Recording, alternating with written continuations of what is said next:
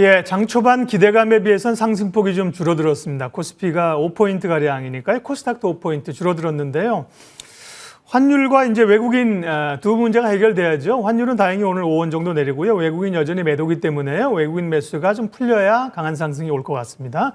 종목 이야기, 섹터 이야기 하도록 하겠습니다. 마켓 드라이브, 오늘은 인포스닥 데일리 김종혜 전문위원과 함께 종목 분석합니다. 위원님 어서 오세요. 안녕하십니까?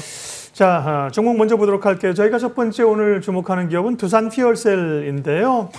수소 이야기는 사실 몇 주 전부터 좀 봐야 된다. 저희가 뭐 차홍선 대표 모셔서도 얘기하고 여러 차례 얘기했는데 수소 모멘텀이 현대차의 이제 하이드로젠 웨이브라는 행사 관련해서 정부의 또 수소 정책 여러 가지 종목이 있습니다. 두산 퓨얼셀인데요. 추가 상승 에너지는 70%로 주셨습니다.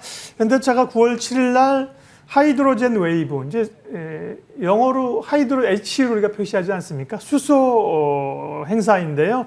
앞에서는 관련해서 현대 로템을 봤는데 이번에는 두산 퓨얼셀입니다. 두산 퓨얼셀도 좀 봐주시고 수소 모멘텀 추가적으로 볼 종목 어떤 게 있을까요? 네, 결국 뭐 두산 퓨얼셀의 전반적인 움직임이 수소와 맥락에 닿아 있다라고 볼 수밖에 없고 결국은 두 가지 모두 결론이 한 가지를 향해 있다라고 볼 수밖에 없습니다.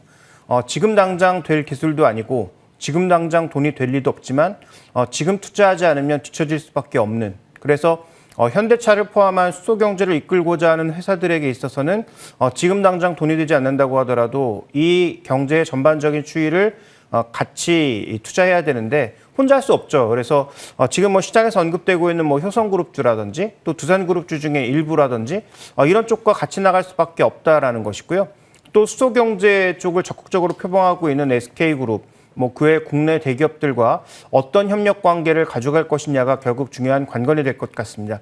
뭐 해외 시장에서도 이미 관련된 ETF가 나와 있고 이쪽에 대해서 추가적인 성장성을 굉장히 높게 베팅하고 있는 만큼 관련된 모멘텀이 이어지는 구간에서 지금 시장의 거래량이 줄어들고 일종의 롱숏이 조금만 나타나도 종목들의 수익률 격차가 크게 벌어지는 상황이기 때문에 지금은 모멘텀이 존재하느냐 존재하지 않느냐가 결국 종목을 피킹하는 데 있어서 가장 중요한 핵심 아이디어라는 거죠. 그래서 뭐 이들 종목의 등락이 단계적인 뭐 등락률에 따라서 조금 달라질 수는 있겠습니다만 적어도 그 월요일날 다음 주 월요일날 발표될 이런 여러 가지 정책들이 실망스럽게만 발표되지 않는다면 제가 보기에는 단기적으로 강한 모멘텀이 형성되면서 시장에서 중심 종목으로 자리매김할 가능성이 높다. 최근 들어서 두산 퓨얼셀 같은 경우에도 뭐 오늘은 결과물을 지켜봐야 되지만 최근 기관 외국인의 동반 매수가 4일 연속으로 급하게 유입되고 있는 양상은 이러한 모멘텀 장세를 설명하고 있다. 결국 지금은 지수가 크게 오르는 장이라기보다는 모멘텀이 있는 개별 종목군들의 개별 플레이가 계속 이어질 가능성이 높다라는 점에서 이 수소 모멘텀이 살아있는 뭐 효성그룹주라든지 두산 퓨얼셀이라든지 그다음에 조금 전에 언급되었던 현대차 관련주들에 대해서는 일정 부분의 포션을 우리가 가져갈 필요가 있다라고 언급드리겠습니다. 네. 지난주 상하 프론테크 이런 종목이 이제 강했고요. 그러니까 수소에 대해 수소 에너지, 수소 관련주는 기본적으로 좋게 보시는 겁니다. 어느 정도는 포트에 좀 가져갈 필요가 있다. 그래서 두산 퓨얼셀도 좋은 쪽으로 말씀을 하신 거고요. 네. 근데 이제 핵심 포인트는 만약에 9월 7일 날 이벤트가 발표되었을 때 바로 또 차익 매물이 나오면서 크게 흔들릴 거냐는 관건이 있기 때문에 미리 투자하시고 9월 7일 날 이벤트를 보면서 그때 이벤트에 흔들린다면 다소 또 비중을 조금 줄였다가 재차 담는 방법으로 가시는 게 좋을 것이 모두에 말씀드렸습니다만 지금 당장 돈 될 것도 아니고 당장 결과물을 기대할 수가 없기 때문입니다. 뭐 탄소 포집이라든지 그다음에 지금 뭐 수소 경제와 관련돼 있는 대부분의 기업들이 기대감은 엄청나게 높지만 지금은 투자 효율 대비해서 큰 돈이 벌리는 것은 아니기 때문에 우리가 아무리 미래의 성장성을 가져다 쓴다고 하더라도 어쨌든 유동성이 줄어드는 하반기 시기에 투입되는 유동성이 줄어드는 신규 유동성이 줄어드는 하반기 시기에 작년이나 올해 초처럼 공격적으로 투자하기는 어렵기 때문이고요. 또한 이런 기대감이 선반영되면서 주가도 많이 올라왔기 때문입니다. 그래서 기본적인 전략은 9월 7일까지는 저가 매수 그리고 홀딩을 유지하되 이벤트 발표 이후에 변동성이 나타난다면 조금은 또 줄였다가 재차 조정 이후에 다시 포션을 확대하는 그런 방향으로 가시는 것이 좋을 것 같습니다. 수소 얘기할 때 우리가 이제 전기차 다음에 수소차? 전기차도 아직 많지 않은데 이렇게 수소차만 생각하면 안 될 것 같아요. 그러니까 전체적인 에너지원으로서 수소차도 결국은 수소 전기차라는 거 아닙니까? 수소를 에너지원으로 전기를 만들어내는 거니까 다양한 수소를 어떻게 생산해낼 것이며 에너지를 어떻게 사용할 것이냐에 대한 보다 더 좀 큰 그림, 소위 빅픽처가 있기 때문에요. 그런 관점으로 좀 바라보면 공부할 섹터가 많을 것 같습니다. 수소 관련된 기업으로 두산 퓨얼셀 봤고요. 다음 또 주제 확인하도록 할게요. 다음 살펴볼 기업은 KH바텍입니다.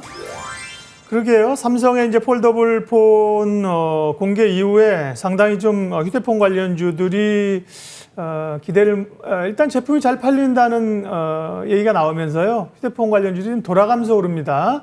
지난주는 파인테크닉스가 강했고요. 오늘은 KH바텍이 강합니다. 네, 전략 좀 잡아주십시오. 네, 일단 이쪽은 뭐 여러 번 언급드렸다시피 3분기 실적이 올라오는 것은 뭐 너무도 당연하다라고 네. 해서 뭐 관심 종목으로 뭐 예전부터 언급드린 적이 있고요. 현재 구간에서 핵심 포인트는 과연 원래 예상이 한 700만 대 정도였는데 지금 시장의 기대는 이게 1000만 대로 올라가고 있다라는 거죠.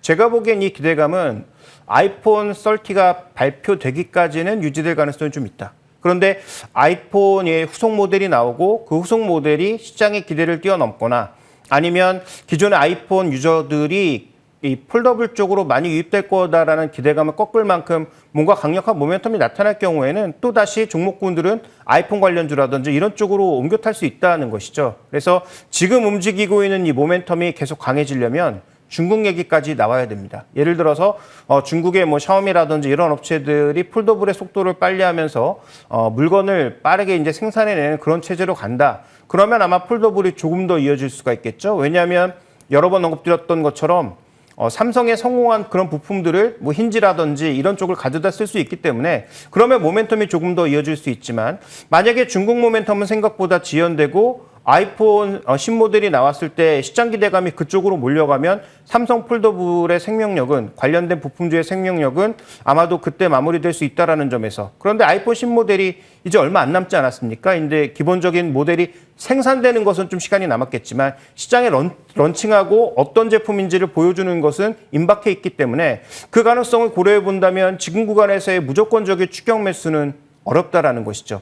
조금 전에 이제 전문가도 얘기하셨지만 저도 뭐 이 KH바텍 같은 종목군들은 이제는 보유자의 영역이다. 신규 매수의 관점에서 적극적으로 들어가기에는 다소 이제 가격 부담도 있어 보인다라고 판단하고 있기 때문에 지금부터는 보유자들이 두 가지 재료, 아이폰 신모델에 대한 반응과 그다음에 중국이 폴더블을 얼마나 강력하게 이어받을 수 있는지 이 두 가지를 점검해 보면서 지금부터는 비중 조절에 좀 더 주력하는 것이 좋겠다 이렇게 말씀드리겠습니다.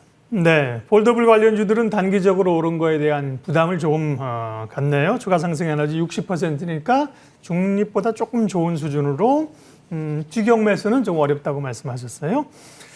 다음 종목도 보도록 하겠습니다. 정유주인데요. 그동안 사실은 유가가 어느 정도 좀 안정되면서 정유주들 뭐 화학주도 그렇지만 별로 재미없었거든요. 근데 다시 이제 정유주가 오늘 뭐 SOL이 5% 오르면서요. 정유주가 이제 오르고 있습니다. 추가 상승 에너지 60%인데 유가가 다시 오를 요인들이 뭐 달러와 연동돼서 좀 생긴 건가요? 어떻게 보세요? 일단 유가가 급등한 것은 아무래도 이제 여러 가지 요인들이 섞여 있겠지만 미국의 연준의 정책이 다소 비둘기적이다라고 생각하면서 달러가 약세려가면서 이제 상품 가격 움직이고 있는 건데요. 다만 올해 연초와 다른 것은 올해 연초에는 뭐 운임도 뛰고 상품 가격도 그야말로 뭐 폭발적으로 상승하는 그런 모습을 보인 것과는 달리 하반기 들어서는 전체적으로 지금 뭐 굴이라든지 대부분의 원자재 가격도 탄력을 모두 잃은 상태고 유가도 마찬가지입니다. 다시 또 70달러로 접근하고 있는 그런 양상입니다만 폭발적으로 움직였던 이 상반기 흐름과는 분명히 맥락이 달라지고 있는 것이죠. 그다음에 유가가 올라가는 것이 SOE를 포함한 이런 종목군들의 반드시 100% 좋으냐? 이것도 적절한 수준이 있는 것이고 마진 개선이 어떻게 나타날 것인가, 또 레깅을 어떻게 우리가 받아들일 것인가에 따라서 달라질 수 있다는 것이죠. 어쨌든 기본적으로 달러가 약세 국면으로 가면서 상품 가격이 올라오는 것은 긍정적이다. 그리고 주가도 최근에 별로 오른 것이 없기 때문에 시장이 모멘텀을 좀 나눠주는 국면에서는 아마도 이런 종목군들이 일시적인 반등을 보일 수 있으나 상반기와 같은 원자재의 전반적인 폭발적인 매수세가 동반해서 나타나지 않는다면 이들 종목의 반등은 제한적일 수 있다. 그래서 S51의 핵심 포인트는 추가적인 반등이 이어질 수 있으나 상반기만큼의 기대를 가져가는 것은 어렵고 이것은 거의 대부분의 원자재 가격과 연동된 종목군들의 동일한 판단이다. 다만 이 원자재 관련 종목 중에서 새로운 모멘텀을 붙이는 종목은 좀 다르죠. 뭐 대표적으로 최근에 뭐 알루미늄 종목군들이 그랬고 그래서 기존의 원자재 가격에 연동해서 움직였던 그런 상품주 성격의 종목군들은 반등이 제한될 수 있으나 거기에 뭐 2차 전지가 됐든 아니면 어떤 다른 새로운 모멘텀을 붙이고 있는 종목군들은 소위 더블 모멘텀 측면에서 조금 더 강하게 움직일 수 있기 때문에 결국 이 관련된 종목군들 내에서도 신규 모멘텀이 있느냐 없느냐 새로운 신성장 모멘텀이 있느냐 없느냐에 따라서 주가의 수익률은 크게 갈릴 수 있는 관점이다. 근데 S51은 그 부분이 상대적으로 부족하기 때문에 반등은 이어질 수 있으나 반등의 폭은 제한적일 수 있다. 이렇게 보고 있습니다.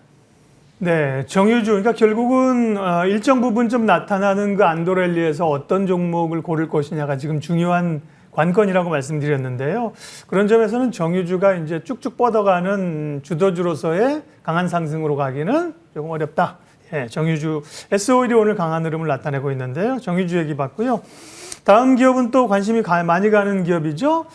신풍제약인데요. 신풍제약은 뭐 대단한 상승과 급등락을 이어온 종목이고 피라맥스라는 또 이제 코로나 치료제 관련된 이야기 임상 얘기 또 나오면서 주가가 이제 급등을 하는 것도 워낙 변동성이 큰 종목이어서 일단 팩트 체크부터 좀 해주시고 대응 전략 말씀해 주세요. 네, 말씀해 주셨다시피 임상 3상에 돌입했다라는 것. 그러면 네. 관련된 뉴스에 따라서 앞으로도 뭐 주가의 변동성은 열려 있다라고 봐야 되겠죠. 근데 뭐 최근에 패턴을 보시면 주가가 급등락 이후에 완전히 조정을 받고 옆으로 계속 눕는 모습을 나타내고 있습니다.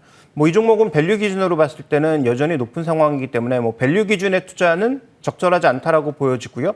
결국은 이 단기 뉴스가 어떤 방향으로 흐를 것이냐에 베팅할 수밖에 없는 그런 양상인데 오늘 비교적 뭐 강한 재료가 나왔음에도 불구하고 거래량이 이 종가까지 강하게 붙을 것이냐가 첫 번째 관건이고요. 그다음에 두 번째로는 현재 일시적으로 바닥 형성 이후에 모멘텀으로 인해서 주가가 급등이 나타났는데 오늘보다는 대량의 거래를 소화한 이후 내일부터의 움직임이 박스 상단으로 가는 것이냐 아니면 또 대량의 거래를 한 번을 폭발시켜 놓고 최근의 저점을 일시적으로 무너뜨리는 기술적인 어떤 오버솔드 현상이 나타날 것이냐가 가장 중요한 관건으로 보여집니다. 그래서 오늘보다는 내일의 기술적인 흐름 자체가 좀 더 중요하다고 판단하고 있기 때문에 단기적으로 투자하시는 분들은 오늘보다는 내일의 움직임을 보면서 결정을 내리시는 게 좀 더 좋을 것 같고요. 그다음에 임상과 관련된 결과물은 뭐 다 아시겠지만 누구도 예측하기가 어렵습니다. 그런데 지금 시장이 요구하는 것이 치료제라는 관점에서 정말로 뭐 치료제 모멘텀이 긍정적으로 나타난다면 그 외의 뭐 주가 동향은 시장이 기대했던 만큼 올라갈 수가 있겠죠. 다만 그것을 미리 할 수 없고 그것을 미리 생각해두고 투자하기에는 다소 리스크가 큰 종목이라고 판단하고 있어서 이 종목에 대해서는 역시 비중을 크게 늘리시기보다는 뭐 조정 시 일정 부분의 비율만 담아가는 정도 그리고 기술적인 어떤 지지선을 크게 이탈했을 경우에는 과감하게 또 비중을 줄여서 다음 모멘텀을 준비하시는 것이 투자 전략상으로 좀 맞지 않나 이렇게 보고 있습니다.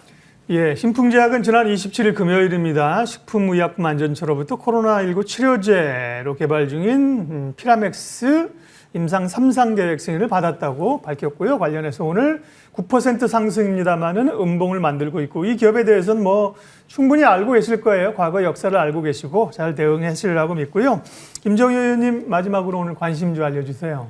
네, 아까도 언급드렸지만 그 원자재 관련 종목군들 그리고 우리가 흔히 얘기하는 시황에 움직였던 그런 종목군들이 추세적으로 움직이기는 어렵습니다. 그래서 OCI를 오늘 좀 말씀드리고 싶은데 OCI는 다 아시는 것처럼 최근에 신규 모멘텀이 하나가 붙었죠. 음극재와 관련된 신규 모멘텀이 하나가 붙어있는 양상이기 때문에 자 이런 신규 모멘텀이 붙어있는 종목군들이 최근 기관 외국인 수급이 동반해서 들어오고 있고 이런 동반 수급 자체가 최근에 강력한 어떤 주가의 반등을 만들고 있다라고 보시면 될 것 같습니다. 그래서 전체적으로 태양광만 봤을 때는 하반기 실적을 확인해야 되는 부담감이 있지만 지금 이 종목도 소위 이제 듀얼 모멘텀이 붙었다라는 거죠.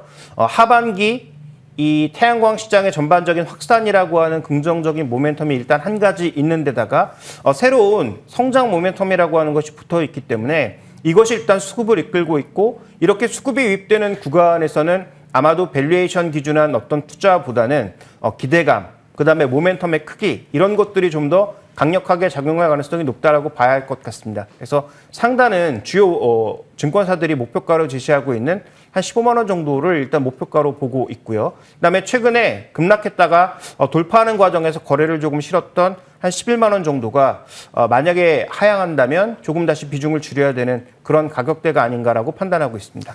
오늘 관심주 OCI 말씀해 주셨고요. 최근 김정효 의원이 말씀하신 관심 종목들 수익률 잠깐 확인할게요. 보여주세요. KH바텍 아까도 얘기했는데요. KH바텍 후성 40%를 넘나드는 수익이고요. 네이버도 20%고요. 그다음에 롯데정밀화학, SFA, 현대해상 이런 종목이 있는데 혹시 뭐 코멘트 하실 종목 있습니까?